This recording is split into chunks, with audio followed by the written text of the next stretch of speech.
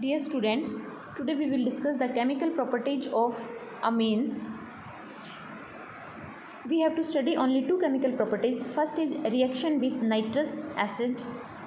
The three classes of amines react differently with nitrous acid, which is generally obtained by the action of a mineral acid on sodium nitrite. सबसे पहले इसका chemical formula क्या होता है, HNO2 nitrous acid का, और इसको synthesis कैसे करेंगे। कोई भी मिनरल एसिड है, जैसे हमारा HCl है, उसको हम रिएक्ट करेंगे सोडियम नाइट्राइट के साथ, तो हमारा क्या बनता है, नाइट्रस एसिड। अब हम इसकी रिएक्शन देखते हैं primary, secondary and tertiary amines के साथ। फर्स्ट देखिए, primary aromatic amines react with nitrous acid in the cold to yield diazonium salts. Diazonium salts synthesis होंगे। The reaction is known as diazotization. ये आपने डाइजोनियम सॉल्ट्स में भी पढ़ी होगी ये reaction. ArNH2, here AR stands for C6H5, हमारा क्या है, एराइल ग्रुप है। ArNH2 plus NaNO2 plus 2 molecules of HCl, और यहाँ पे हमारा टेम्परेचर कितना रहेगा, 273 to 278 केल्विन। क्या बनता है हमारा, ArN2Cl। बेंजीन रिंग के ऊपर हमारा क्या लग जाएगा, N2 पॉजिटिव Cl नेगेटिव, ये हमारा एक सॉल्ट बन गया, plus NaCl plus 2 molecules of water. The aromatic diazonium salts are sufficiently stable in cold aqueous solution to enable them to be used as important intermediates in many synthetic processes। ये यहाँ पे cold aqueous solution में stable रहते हैं और इनको हम as intermediate use कर सकते हैं। अब हम देखते हैं aliphatic amines. Primary aliphatic amines also react with cold nitrous acid to yield diazonium salts, but aliphatic diazonium salts are unstable even in the cold and decompose as soon as they are formed to yield a complex mixture of different products। Aliphatic amines के जो diazonium salts बनेंगे वो इतने ज़्यादा stable नहीं होते हैं, वो डिकम्पोज हो जाते हैं। जैसे RNH2, here R is alkyl group plus NaNO2 plus 2 molecules of HCl, it will form RN2Cl, unstable even in the cold। Again hydrolysis के बाद क्या बनेगा, N2 plus alcohols plus alkenes plus alkyl halides. तो यहाँ से इन दोनों में हम डिफ्रेंशिएट भी कर सकते हैं। Primary aromatic amines and primary aliphatic amines react differently with nitrous acid.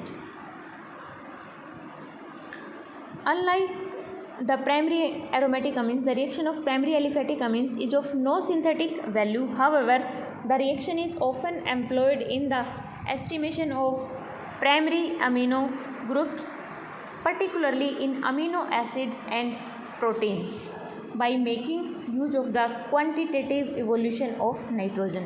क्या कह रहा है कि एलिफेटिक अमीन्स के साथ जो रिएक्शन है वो इतनी ज़्यादा सिंथेटिक यूटिलिटी की नहीं है, लेकिन उसको हम कहाँ यूज कर सकते हैं, openly estimation of amino groups, particularly in amino acids and proteins, by quantitative evolution of nitrogen estimation के साथ। सेकेंड हम देखते हैं सेकेंडरी अमीन्स। वेदर एलिफेटिक और aromatic react with nitrous acid to give N-nitrosa amines, which are generally yellow neutral oily compounds insoluble in dilute aqueous mineral acids। देखो बेटा, ये nitrous acid के साथ तीनों अमीन्स की रिएक्शन बहुत ज़्यादा इम्पोर्टेंट है, ये आपसे एग्ज़ाम में पूछा ही जाएगा और ये आपको लर्न करनी है सारी रिएक्शन समझ के। अब देखो, सेकेंडरी अमीन हमारी कोई भी हो सकती है, एल्काइल या फिर एराइल। जब नाइट्रस एसिड के साथ रिएक्ट करेंगे तो एक येलो ऑयली कंपाउंड बनेगा जो कि इनसोल्यूबल रहेगा डाइल्यूट एक्वस मिनरल एसिड्स में। देखिए R2NH plus NaNO2 plus HCl, it will form R2NNO, N nitroso, N group पे हमारा नाइट्रोसो ग्रुप अटैच हो गया है, N नाइट्रोसो डाई एल्काइल अमीन प्लस NaCl प्लस वाटर। ऐसे ही हमारा दूसरा एग्जाम्पल दिया हुआ है N मिथाइल एनिलीन का, उसके साथ भी हमारा क्या बनेगा, N nitroso N methyl aniline plus NaCl plus water. अब फर्दर क्या होता है, on warming with A crystal of phenol and a few drops of concentrated sulphuric acid.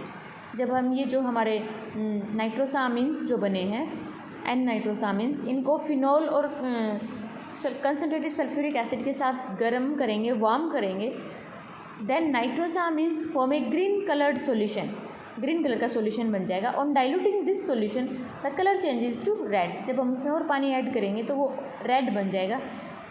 but becomes deep blue on adding a few drops of alkali. Dilution पे वो red होगा, लेकिन कोई alkali उसमें हम ऐड कर देंगे तो वो डीप ब्लू कलर का हो जाएगा. This is known as Liebermann's nitroso reaction and is used as a test for secondary amines. अब हमारे पास कोई अमीन है, हमने उसकी ये रिएक्शन कराई, नाइट्रोसा अमीन बनाया पहले, फिर उसको फिनोल और सल्फ्यूरिक एसिड के साथ ग्रीन कलर का कंपाउंड बना, डाइल्यूट किया तो रेड बना, एल्कली ऐड किया तो डीप ब्लू बना. अगर ऐसा हो रहा है तो इसका मतलब हमारी अमीन कौन सी है, वो सेकेंडरी अमीन है. ये इसके लिए एक टेस्ट है जिसको हम क्या बोलते हैं, Liebermann's nitroso reaction. Third, tertiary aromatic amines undergo nitrosation with nitrous acid to yield a ring substituted product usually green coloured para nitroso amine. Tertiary amine के नाइट्रस एसिड के साथ कैसे रिएक्ट करेंगे, ग्रीन कलर्ड का compound बनाएंगे, para nitroso Amin.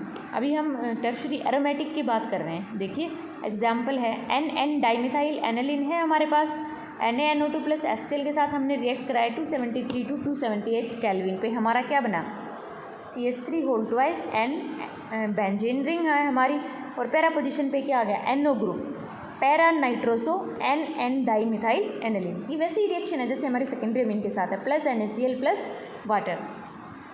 The ring nitrosation is considered to be an electrophilic aromatic substitution reaction.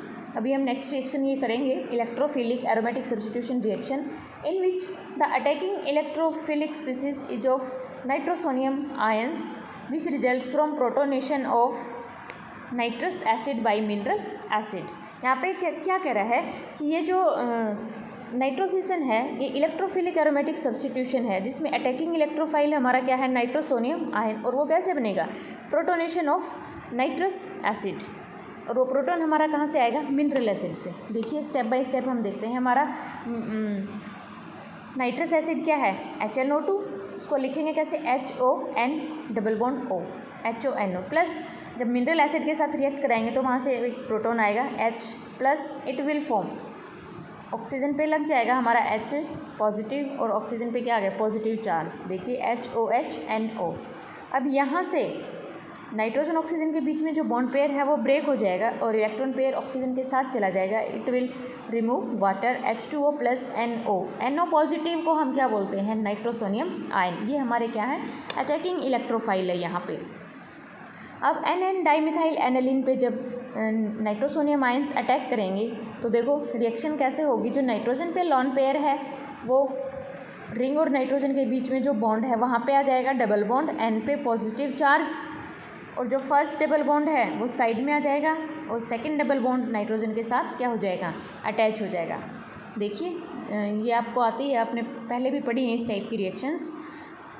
अब हमारा क्या बन गया, नाइट्रोजन पे positive charge, double bond, benzene ring में हमारे क्या रहे, 2 डबल बॉन्ड है, और पैरा पोजीशन पे हमारा क्या लग चुका है, NO, हाइड्रोजन वहाँ पे हमारा क्या है, पहले से अटैच है. अब देखिए, देखो एक इसमें रीअरेंजमेंट दिखाई हुई है, जो हाइड्रोजन अटैच है वो बॉन्ड साइड में शिफ्ट हो जाएगा, नेक्स्ट डबल बॉन्ड और ऊपर शिफ्ट हो जाएगा, और नेक्स्ट जो रिंग के बाहर डबल बॉन्ड है वो नाइट्रोजन के साथ चला जाएगा.